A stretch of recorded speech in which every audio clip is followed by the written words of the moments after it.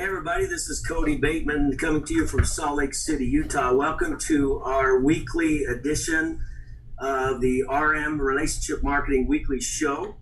We're very excited for an incredible show today. This is our church ministry edition. This is going to be a really cool one. We've had one guest before. We actually had a pastor of a church on a couple of months ago.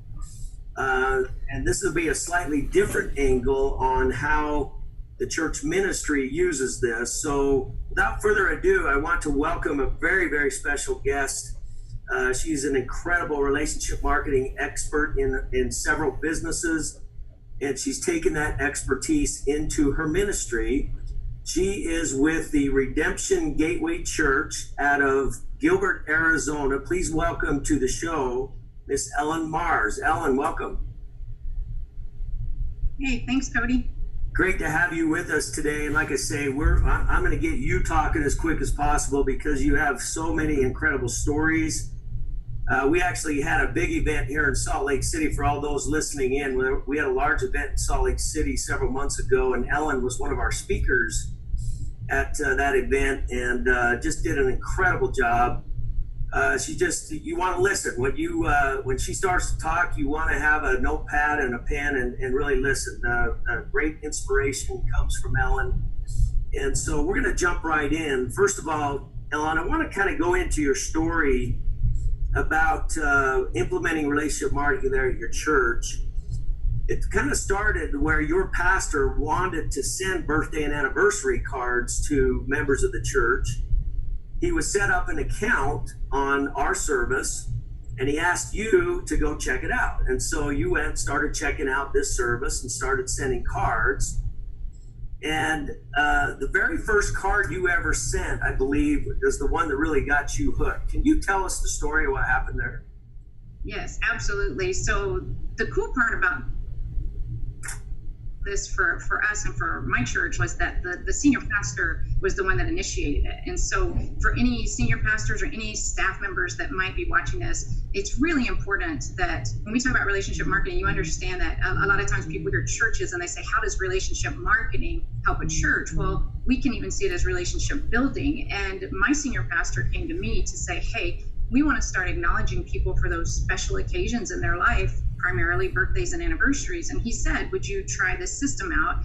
And I said, sure, no problem. So I actually didn't send the first card for a birthday or anniversary. I actually noticed that there was a young man in our church who was 17 at the time, who was just everywhere. It seemed like every event that I was at, every ministry I was working with, there he was. And so I chose to send the first card to him. And it was just basic. Thank you. We appreciate you. Thanks for serving, giving your time. And what was really cool was it wasn't even him that responded right away. It was his mom who called me. And I could hear him in the background when she called me, but she was saying, Ellen, I didn't know the church did this. What is this? How did you do this? How did you even notice him? I said, well, he's everywhere. She said, but he's 17. 17-year-old kids, they don't normally get excited by cards. And I said, well, this is a personalized card that is talking about him. It's appreciating him. That's why he feels that. And she's like, oh, you have to tell me more. And so honestly, that first reaction, the very first reaction is what really showed me that there's power in this, even in churches, because a lot of people assume churches, everyone gets along, everything's going great. There's a lot of things that people don't share openly in church. And when they receive something in their home through the mail that they can look at again and again, there's a touch and a connection that grows a relationship that's really hard to break. It's even when they have tough times, they won't shy away from the church. They'll move into the church because they know that people care about them enough to reach out to them like I did to him. And that's when it grew from there. And each ministry has used it in a different way since then. You know, Ellen, I really want to touch on that story a little bit because in there is a valuable lesson that we strive to teach in all of our relationship marketing courses around the world, and that is the power of the unexpected card at an unexpected time with a heartfelt message inside of it. So you mentioned that the first card you sent wasn't a birthday card or a holiday card. Those cards are effective too. I mean, a lot of people don't get birthday cards at all. But a birthday card or a holiday card, a Merry Christmas card, those kinds of things are kind of expected cards. They're somewhat expected cards, even though not very many people get birthday cards, but it's still kind of expected that someone would remember you on your birthday. But this 17-year-old young man, at a completely unexpected time, out of the blue, he receives this card, a heartfelt card in the mail from the church, from you, expressing appreciation. So, and I know you're real big on this. You're because you're a master card sender, you're a master relationship marketer. Why is that so important? Why is the unexpected card so much more powerful than any other kind of card that's sent out? That's a great question. I actually teach this in workshops to people. I want people to be sending out birthday and anniversary cards, absolutely. But what you think about is the recipient, when you go on your birthday or sometime around it and you pull a birthday card out of your mailbox, you still appreciate it. You're still, and a lot of times I do have people that will call me and say, yours was the only birthday card. The church birthday card was the only one that I got, or the only one that my child got. But there's not the reaction when they pull it out. They don't go, why did they send me a birthday card? I can't believe they sent me a birthday card, because it's their birthday, right? Same thing with the other holidays. It's all great. We love to receive that, but there's not that moment where you think, these people were thinking of me even when I was not thinking of them. And that's what I always try to teach and share with people is, if we can reach out to people when they're not expecting it, we're gonna touch them at a divinely appointed time in their life when they needed that love, when they need to feel that. And what we've seen through all of these ministries, and especially one ministry I'll talk about toward the end is the Cards of Encouragement ministry, is people get these cards and they literally weep over them, because if you think about social media, we don't get on social media and just pour out our junk and tell everybody how hard we're struggling or all of the things that may be going on in our lives. We see the highlight reels. But when someone sends us a card, an unexpected card that says you're appreciated, you're loved, you're valued, they open that up and they go, I matter. I matter. And there are people in our church, and again, people assume everyone in the church has got a perfect life. Not at all. And what happens is I'll have people call me and say, I was struggling. I was done. I wanted to quit everything. I wanted to quit on life. And I got this card.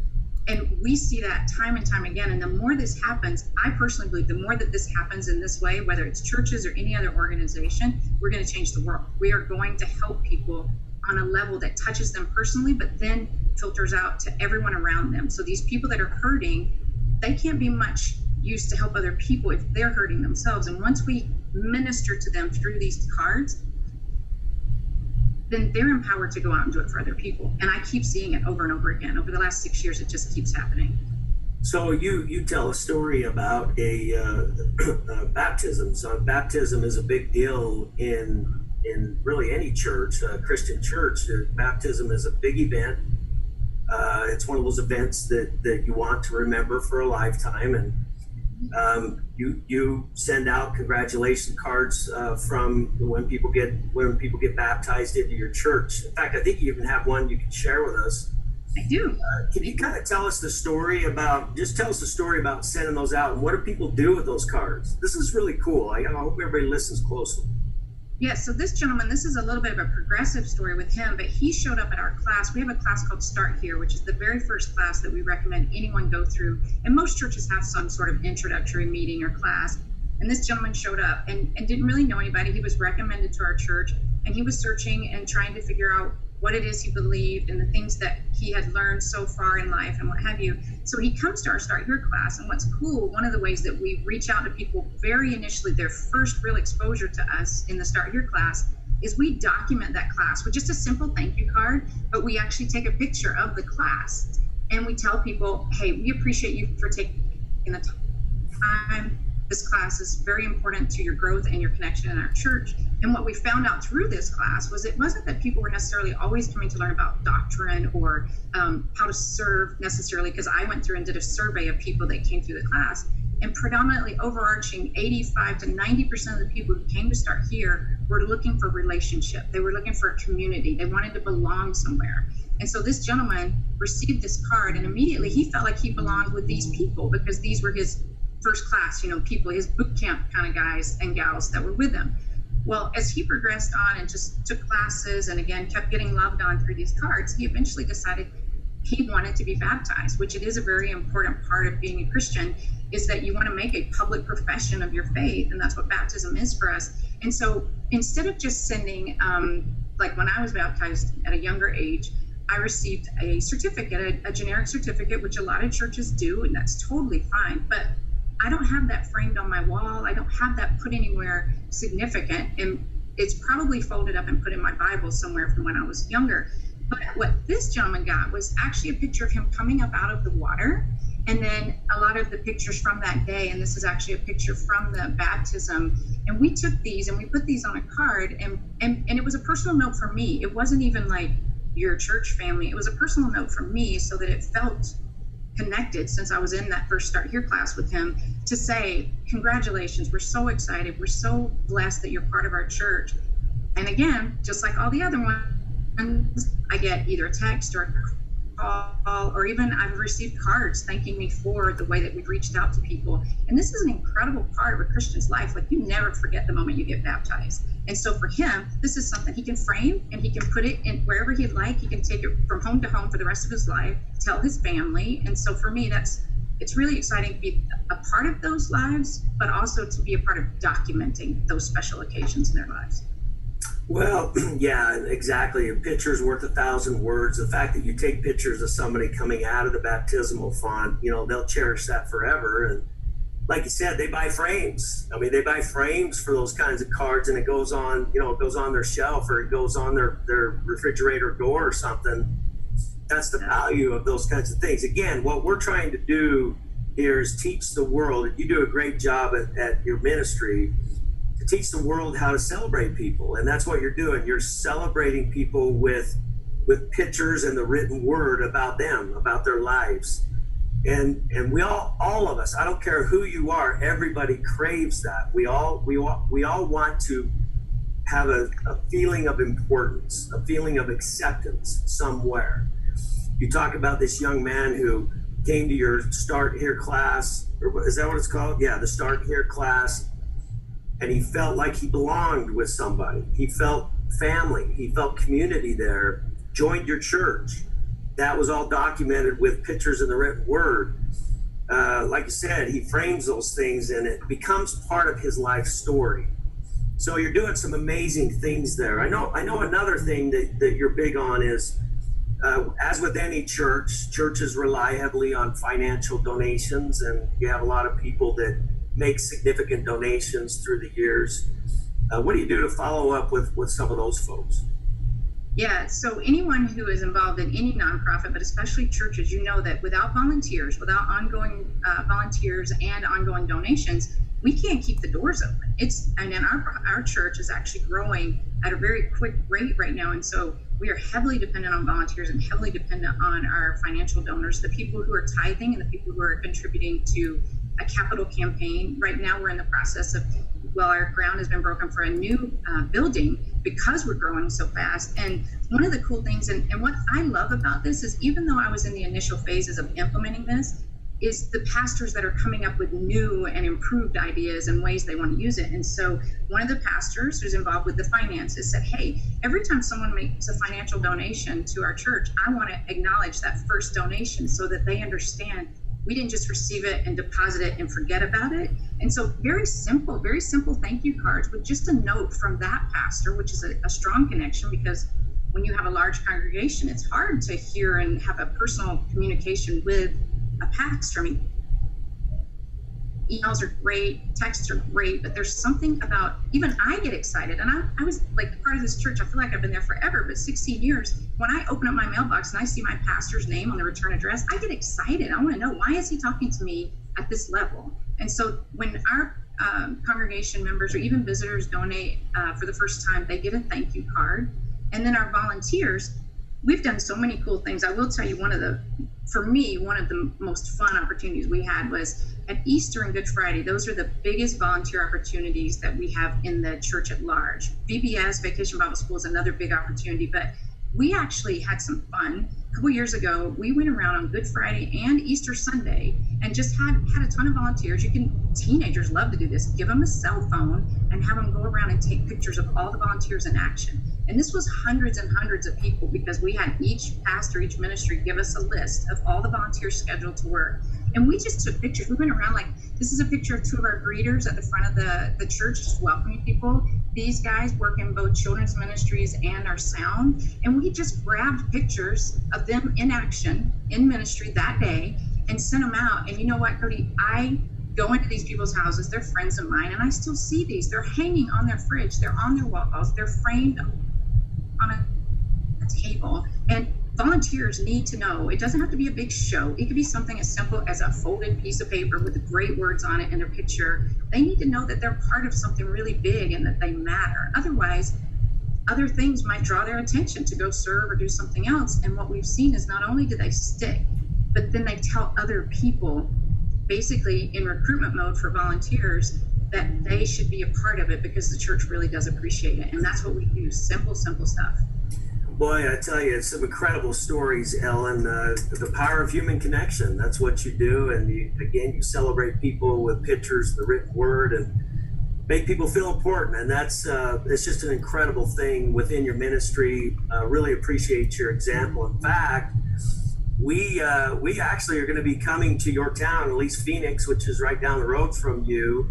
I've got a pre-launch book tour that's going to be around the country, but we come to Phoenix on August 15th. This is just The Power of Human Connection is the book. There's over 40 featured stories in this book, like the ones you just heard, but they're stories from all kinds of different industries, business industries, nonprofit organizations, churches, different stories about how people implement relationship marketing to touch other people's lives and to better their business. What we talk about all the time is what you appreciate appreciates. It gets bigger. That's what you're doing at the church. You appreciate people, and your congregation's getting bigger as a result of it. And so, again, we really appreciate all of your examples. So those of you listening in, put it on your calendars, August 15th. We'll be getting more information out there. Come check out the pre-launch tour of this book, already expected to be on the Amazon bestseller list. So again, thank you very much for being on with us. Any final words of wisdom to our listeners before we log off? Go ahead. Sure. The main thing, whether it's a church or any other organization, the main thing is to focus on people. Just that extra few minutes that you give to someone to hear their story, whatever it may be. I always tell people, listen for 3 key things that they talk about to you and put them in a card to them and let them know that you were paying attention. Because right now our society has become really shortened in our time, our attention span. And when you appreciate people with just a few points that they've talked to you about, it makes a huge difference, and they're connected to you for life. And so if whether you want to grow personally, professionally, nonprofit, or churches, there's so much ministry that can be done just by listening to people and putting it out to them, sending it back to them. And it's been amazing to see what God has done in the church world. And I'm always up if any churches ever want to reach out and just ask me questions about what they do currently and how this relationship can help them. I'd be more than happy to talk to them. Thank you, Ellen. Appreciate it very much. For those of you who listened in, if you want to know more about how Ellen does this, the service she uses, get back with the person that shared this show with you, and I'm sure they can help you out. Stay tuned for another incredible edition next week, and we'll feature yet another incredible story.